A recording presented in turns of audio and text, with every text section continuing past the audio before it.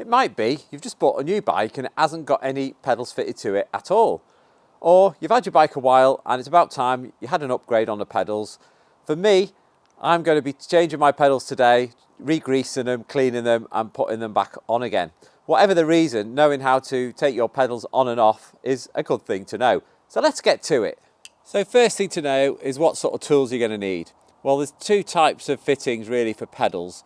Some have got a spanner fitting, and if you bought a new bike, you might actually get a pedal spanner in with the bike. I know I did when I bought my new bike. If you haven't got one of those, then a 15mm open-ended spanner then will do the job just as well. Now, these are my mountain bike pedals, and these are fitted with a Allen key.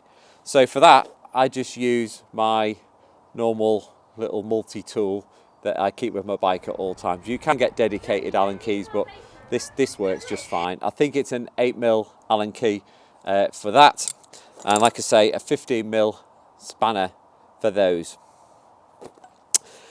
Now, the main thing you need to know, they are just screw in.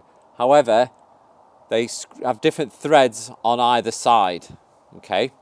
So that means on the right-hand side, you've got the standard righty-tighty, lefty-loosey.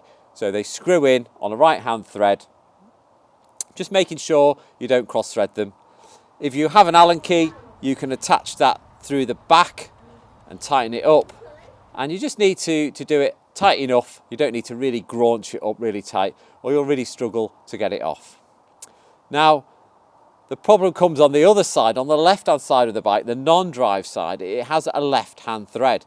So it's more a case of lefty-tighty, righty-loosey. It hasn't really got the same ring to it. So you just need to remember that. The way I remember that is that if you put the cranks forward and you're always tightening towards the front of the bike, okay? So you're always pulling your spanner towards the front of the bike. That way you'll know that you're tightening it and loosening it off in the right way.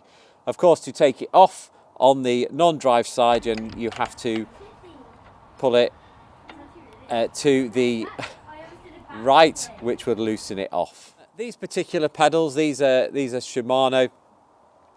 They do have an R just stamped on them, so it is worth having a look at your pedals just to see if there's anything like that on them to let me know that it is the right hand side. And as well as that, it's also stamped on here. You probably can't see it. It says tighten, and it's got a little arrow as well, just so that you're doubly sure that you're tightening them the right way. If you're greasing them, you can clean them, put a little bit of grease on. That's what I like to do. And then you're just going to pop them on, tighten them up, and Bob's your uncle. It really is quite simple. Like I say, the main things that could go wrong are you could cross-thread your threads. You don't want to do that. Put them finger tight to start with. Really get a good few turns on it with your fingers before you get the spanner on it, and then you can start tightening it up with the spanner. And the other thing is just tightening it up too much. All right, so don't put loads of weight onto it. Really tightening it up. Just get it, get it up to tightness, and then just tweak it just a little bit, just to make sure it's secure. I always give them a little spin afterwards, just to make sure that they're all okay. That's it. Let me know how you get on in the comments. If you're having any problems, if you've enjoyed this, please give me a like, and consider subscribing to the channel for lots more hints and tips around cycling and health and fitness in general. Bye for now.